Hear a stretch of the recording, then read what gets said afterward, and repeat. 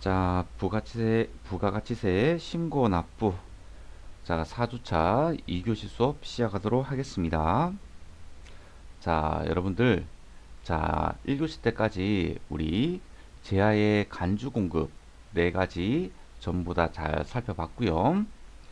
자, 요거 공급을 이제 요거 하나, 자, 조금 특징적으로 기억해야 되는 것들 체크할게요. 요 부분 있죠? 자, 요 부분. 판매 목적 타사합장 반출은 공제가 되었던 공제가 되지 않았던 상관없습니다. 다 공급 의제로 봅니다. 자, 그리고 가세표준 어떻게 외우라고 했죠? 원칙은 다 시가다. 하지만 판매 목적 타사합장 반출은 어떻게 된다?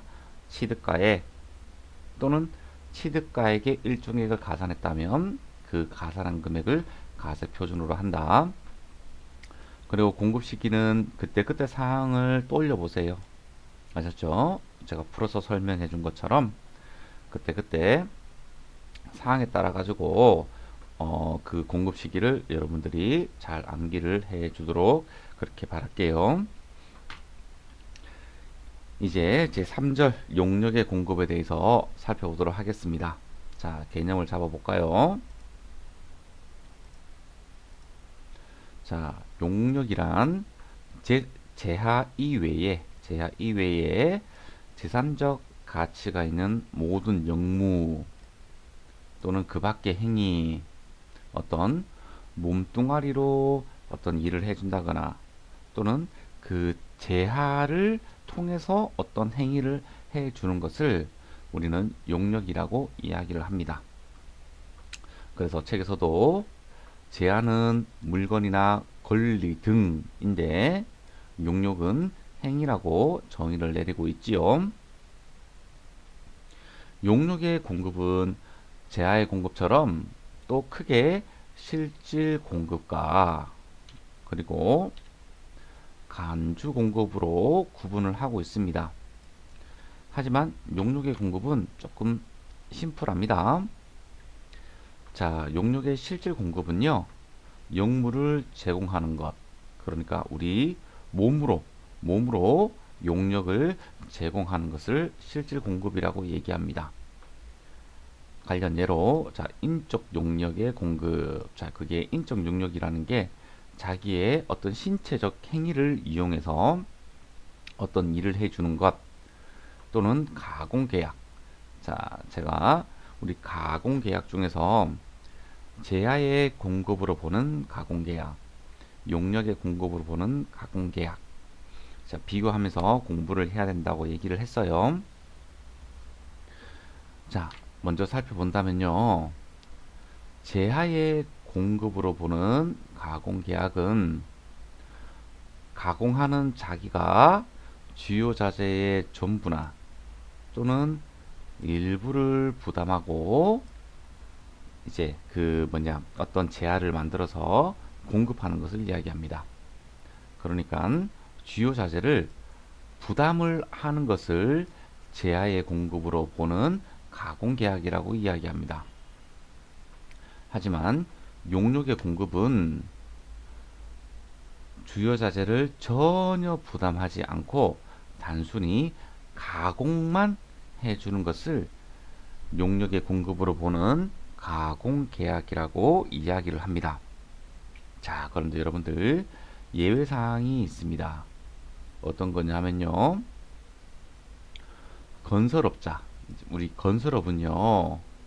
이 건설 자재, 그러니까 주요 자재가 되겠죠. 전부 또는 일부를 부담하는 경우에도 어떻게 된다? 그렇죠. 용역의 공급으로 보는 겁니다. 이런 예외 사항들이 있습니다.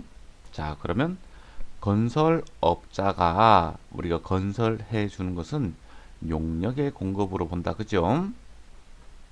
우리 재무회계에서도 어떻게 배웠죠? 우리가 진행률에 따라 가지고 수익을 인식하는 거 우리 봤다. 그죠? 그것처럼 부가치세법에서도 용역의 공급으로 본다는 겁니다. 아셨죠?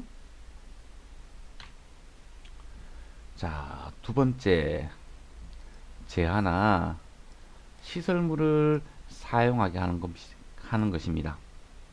이 시설물도 하나의 제하죠. 유체물에 해당이 되는 거니까요. 이런 제하를 사용해 주는 거, 그러니까 대여, 빌려주는 것들 있죠. 자, 그런 것들을 우리 용역의 실질 공급에 포함이 됩니다. 관련 예로서 부동산 임대 같은 것들이 있다, 그죠? 자, 부동산은 어떤 토지를 빌려줄 수도 있고, 또는 오피스텔, 상가, 주택 이런 것처럼 토지와 건물을 함께 빌려주는 것도 있겠다, 그죠?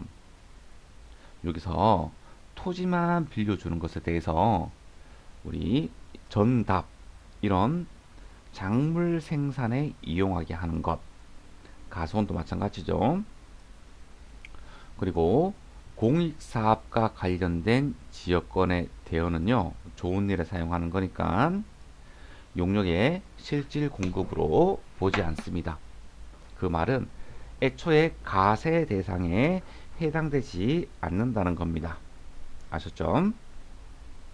나중에 우리 면세에서도 배울 거예요.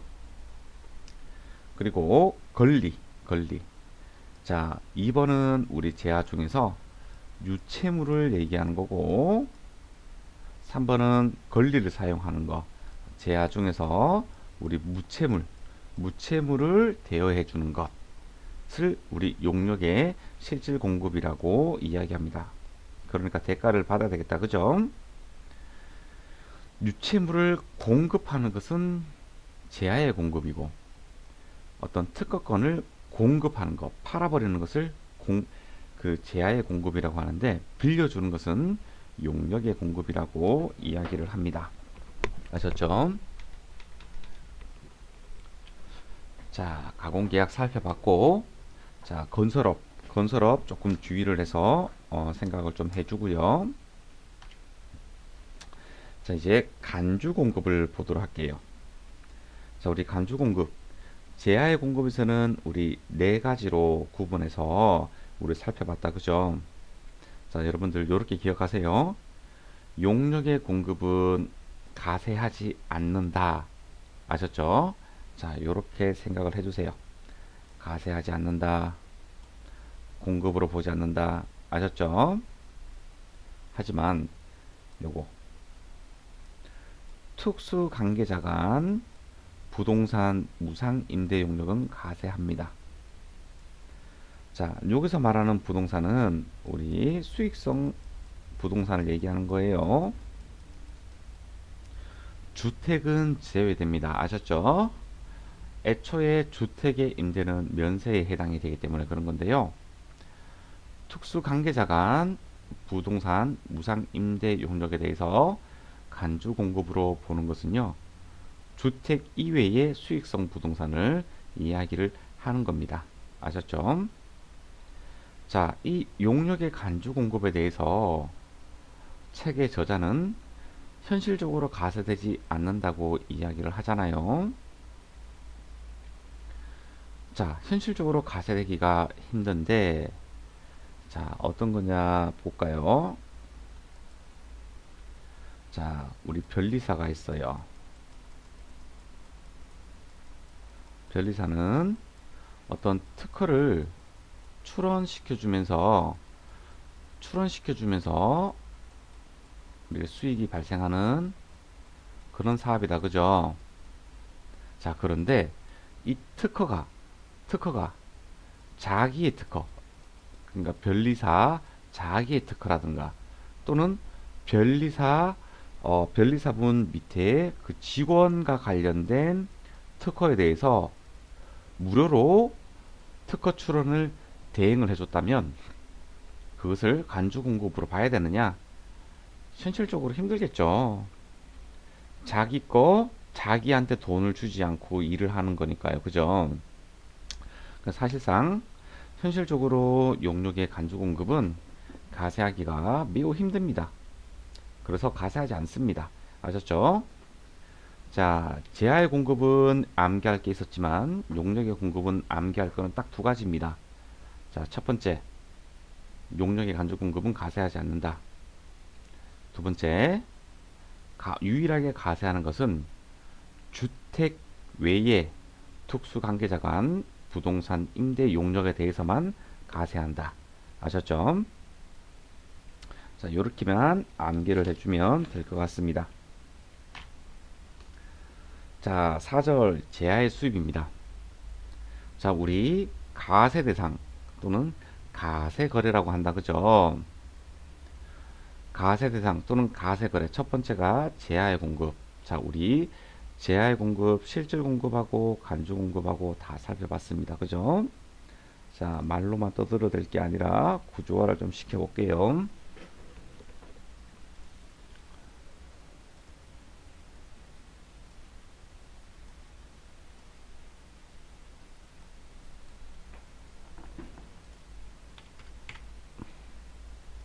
자, 우리 가세 거래 또는 가세 대상.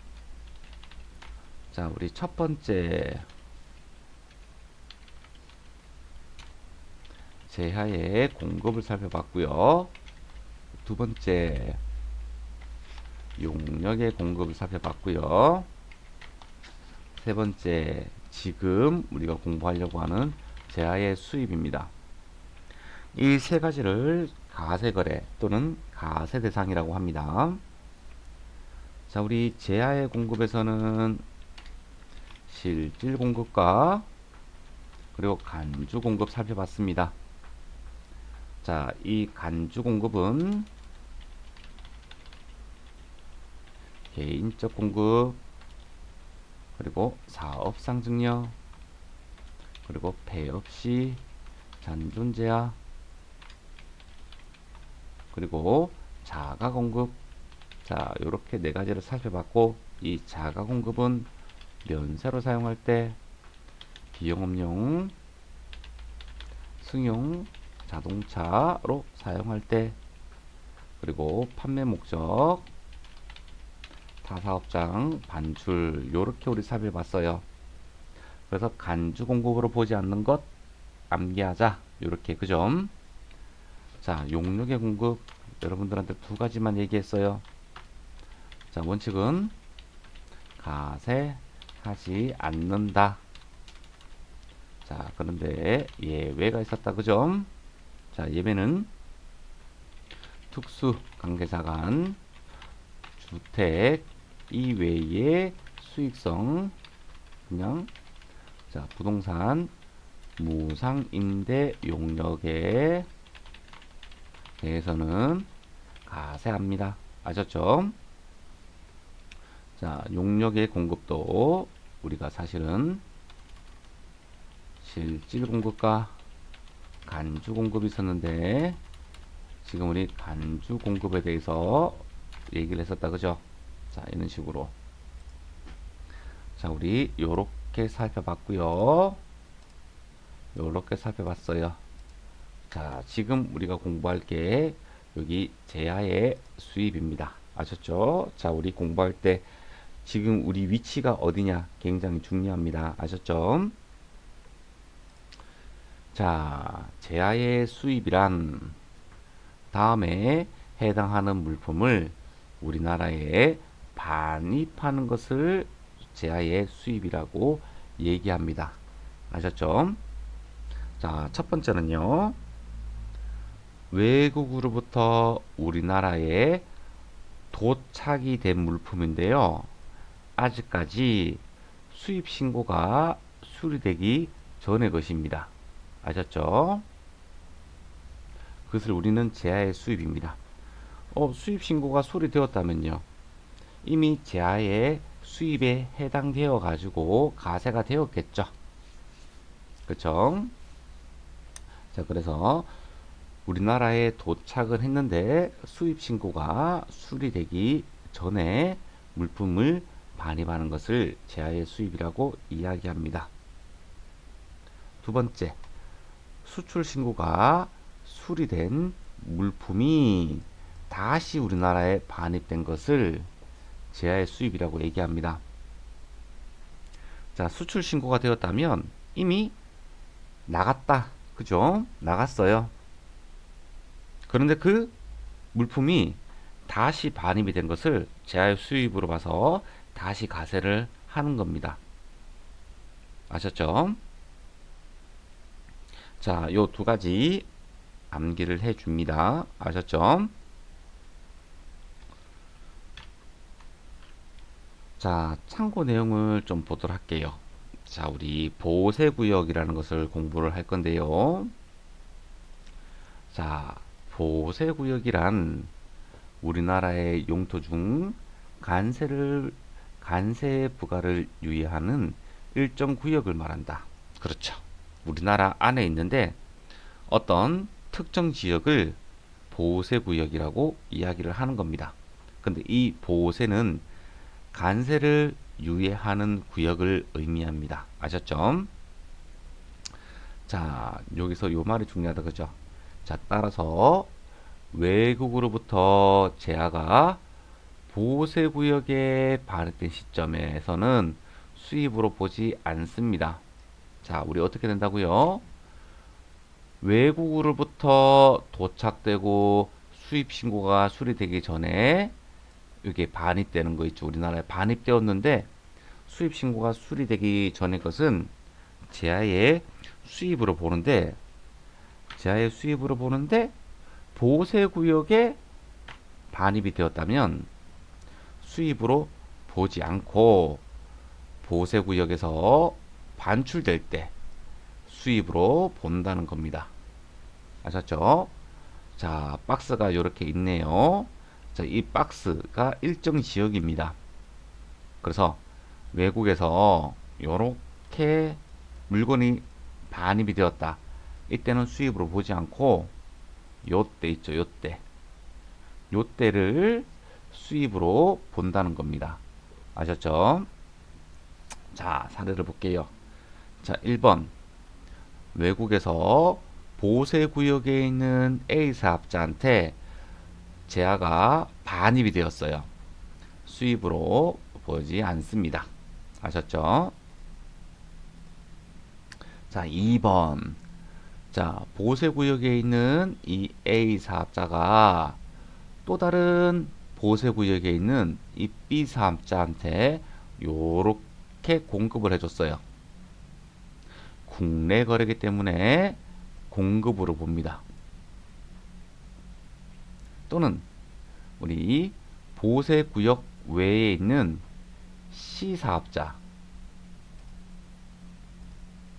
보세구역 외에 있는 C 사업자가 보세구역에 있는 A 사업자한테 공급을 하게 되면 실질 공급으로 봅니다. 자, 여기까지 여러분들 이해했나요? 일단 외국에서 보세구역으로 들어오는 것은 수입으로 보지 않는데 국내에서 보세구역 외에서 보세구역 안에 들어오게 되면 그냥 실질 공급입니다. 국내 거래기 때문에. 아셨죠?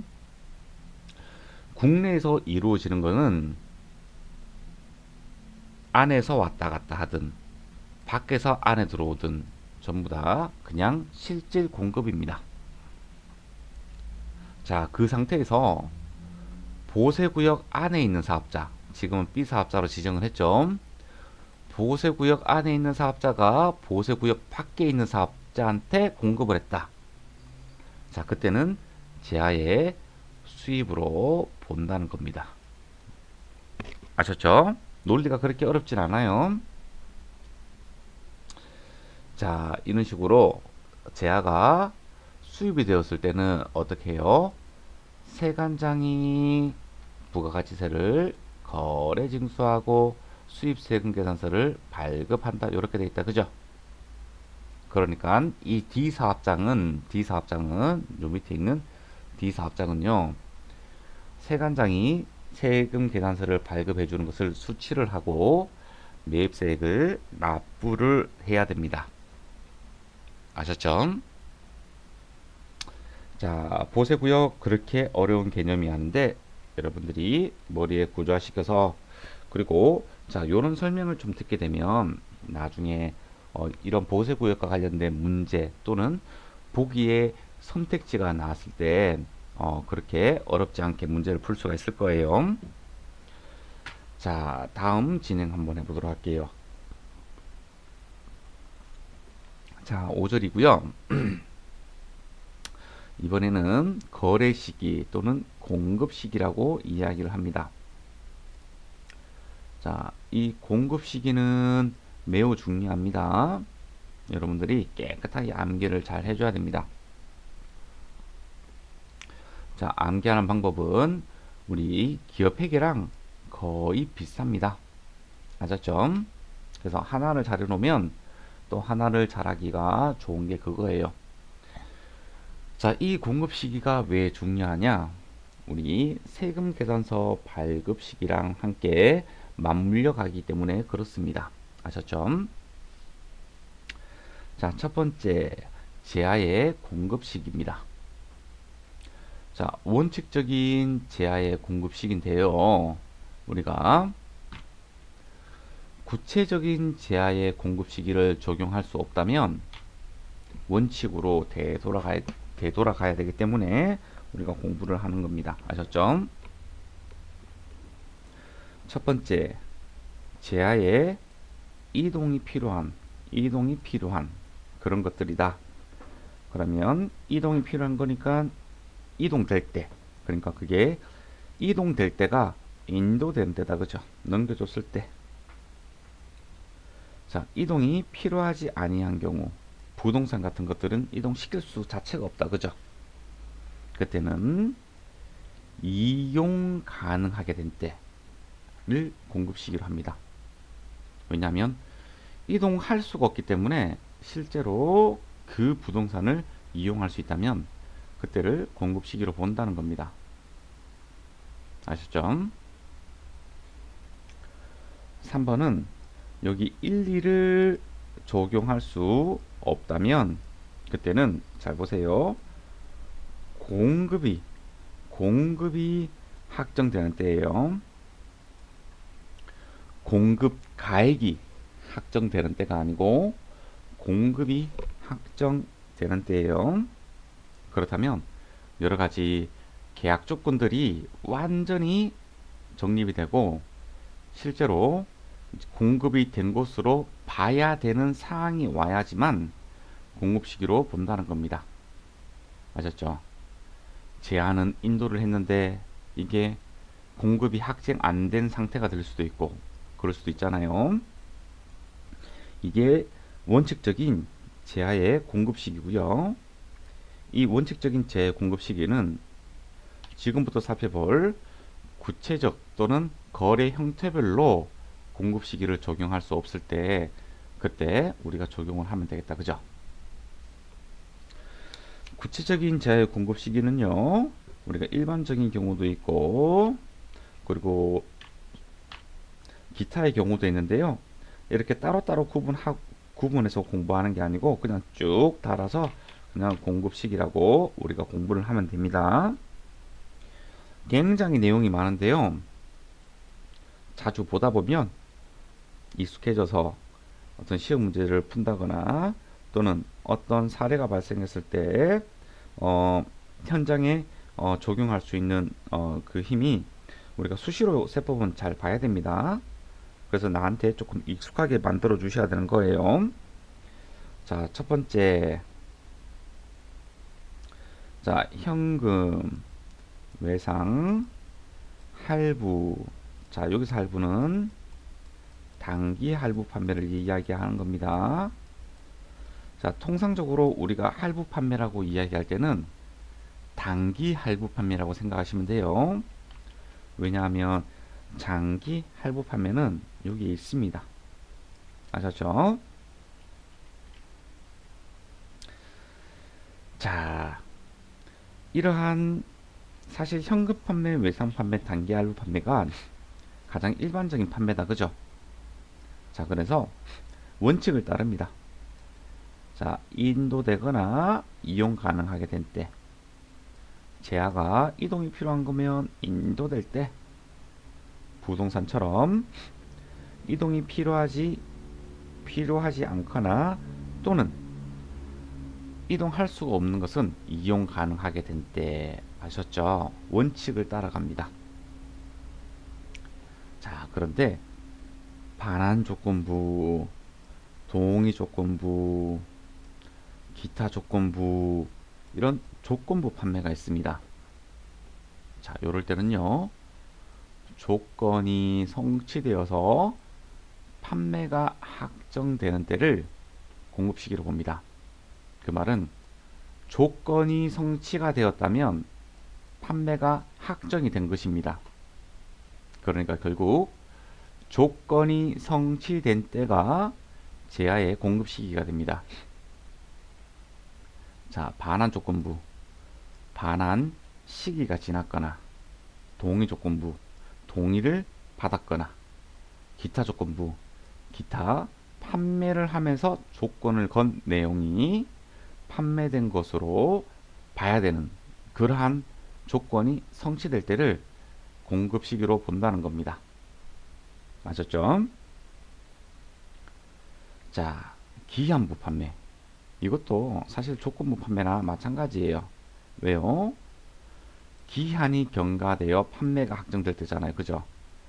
자, 기한이 경과됐다는 말은 조건이 성취되었다는 말하고 똑같습니다.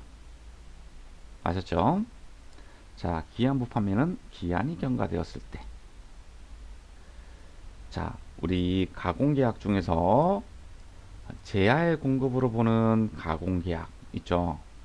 자, 요거는 원칙을 따라갑니다. 제야를 인도할 때입니다. 그쵸? 제야의 공급으로 보는 가공계약 같은 경우에도 제야를 현금 판매 또는 외상 판매 또는 할부 판매 이런 형식으로 할 수 있거든요. 그러니까 원칙을 따라갑니다. 자, 우리 간주 공급. 자, 자가 공급, 개인적 공급 봤다, 그죠? 사용, 소비될 때 이제 어렵지 않다, 그죠? 왜냐하면 자기가 사용하거나 자기가 소비하거나 가세사업에 사용할 것을 면세에 사용하거나 소비하거나 영업용 소형 승용차들 이제 비영업용으로 사용하거나 소비하거나 그리고 타사업장 반출할 때 사업상 증여할 때 폐업시 잔존제야 폐업할 때 그런데 자기가 사용할 때 또는 폐업 신고일 이런 것들은 오답지로 나온다고 얘기했어요. 그죠? 그래서 요까지가 간주 공급입니다. 간주 공급.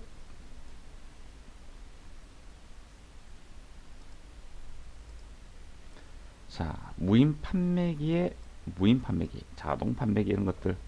자, 자동 판매기에서 현금을 꺼낼 때, 인치할 때를 공급 시기로 봅니다. 보세구역 내에서 보세구역 외의 국내에 자, 이거 어떻게 되는 거예요? 이때를 수입으로 본다, 그죠? 보세구역 내에서 보세구역 외로. 자, 여기를 이야기합니다. 그죠? 여기를 이때는 수입신고 수리일입니다. 그쵸? 수입신고 수리일을 공급 시기로 봅니다. 자, 수출하는 제한 보도록 할게요. 자, 수출하는 제한은 자, 국외 반출. 자, 여기 그냥 직수출이라고 생각하면 되겠다. 그죠? 자, 직수출. 그리고 중개무역 방식의 수출. 자, 이 두 가지는 선적일, 기적일. 그쵸? 요때를 공급 시기로 봅니다. 자, 요때의 공급 시기는 중요한 게 뭐냐 하면 우리 환율 때문에 그렇습니다. 그죠? 환율을 언제적, 그러니까 환율을 언제 적용해야 되느냐? 공급 시기에 환율을 적용해야 되기 때문에 우리가 공급 시기를 외울 수밖에 없다. 그죠? 하지만 시험 문제에서는 환율 적용하는 시험 문제에서는 우리 선적일, 기저귀가 관련된 어떤 그 문제가 나오기 때문에 너무 걱정을 안 해도 됩니다. 자, 원형어업도 있고 위탁 판매 수출이라는 게 있습니다. 위탁 판매 수출은 자, 여기서는요. 공급 가액이 확정될 때입니다. 아셨죠? 아까 우리 원칙상의 공급 시기 중에 1, 2 규정을 적용할 수 없을 때는 공급이 확정되는 때를 우리 공급이 확정될 때를 공급 시기로 보잖아요. 그런데 위탁 판매 수출은요. 이 공급 가액이 확정되는 때를 공급 시기로 봅니다. 왜냐하면요. 이 위탁 판매 수출은요. 실제로 그 소비자, 그러니까 그 제아를 수입하려고 하는 상대방이 정해져 있지 않거든요. 그래서 그 먼저 상대방이 정해져야 되고, 그리고 상대방과의 어떤 우리 수출 수입 계약에 대한 거래 내용이 확정이 돼야 되거든요. 그래서 이런 공급가액이 확정되는 때를 공급시기로 본다는 겁니다. 선적일, 기적일보다 더 빠를 수도 있어요. 그죠? 그리고 위탁 가공무역, 그리고 외국 인도 수출, 요거는 원칙을 따라갑니다. 인도될 때요. 아셨죠? 자, 우리 이 중개무역 방식, 그리고 위탁 판매 수출, 그리고 위탁 가공무역 방식 수출, 외국 인도 수출, 우리가 수업 목적으로만 공부를 한다면 제가 설명을 안 할 텐데 우리 과목은 설명을 좀 해줘야 됩니다. 시간이 걸리더라도. 자, 중개무역 방식의 수출. 자, 요거 처음에 요거부터 한번 살펴볼까요? 자, 외국으로부터 수입한 물품을요, 보호세구역 이외에 국내에 반입하는 것을 금지하고, 그러니까 보호세구역에는 들어와도 되는데 보호세구역 말고 국내에 반입하면 안 됩니다. 자, 그래서 외국으로 수입한 물품을 자, 보호세구역 같은 데 있다가 수출하는 것을 이야기합니다. 자, 볼게요. 자, 첫 번째 여기 중개무역 방식의 수출입니다. 자, 내용을 볼게요. 자, 국내에 있는 사람이 이제 우리 중개자가 됩니다. 그래서 국외에 최종 수출자가 있고 또 다른 국외에 최종 수입자가 있습니다. 이 국외의 최종 수입자랑 그리고 중개자랑 먼저 수출 계약을 합니다. 자, 최종적으로 수입자가 결정이 되었다. 그죠? 그리고 국내에서는 이 국외 최종 수입자한테 물건을 판매할 수가 있습니다. 거래 상대방이 결정되었기 때문에 이제 해외에서 이제 알아봅니다. 자, 어떤 제아를 누가 어느 나라에서 얼마만큼 가지고 있는지 찾다 보니까 중국에서, 자, 여기 말은 중국이라고 합시다. 자, 그리고 이거는 일본이라고 합시다. 자, 일본에서 어떤 진단 키트 같은 것들, 자, 이것을 우리한테 요청을 해왔습니다. 그래서 국내에서 오케이, 요 키트 우리가 찾아서 너희들한테 넘겨줄게 라고는 계약을 한 거죠. 자, 그래서 이제 이런 진단 키트를 저렴하게 생산해서 보유하고 있는 국내로 눈을 돌려보니까 단가가 맞지 않아서 국외로 눈을 돌려본 거죠. 그래서 국외에 눈을 돌려서 찾아보니까 우리 중국에서 이런 필요한 키트를 생산하고 있었습니다. 시간이 다 되어 가지고요. 잠깐 쉬었다가 이어서 설명을 하도록 할게요. 자, 조금 쉬었다가 만나도록 해요.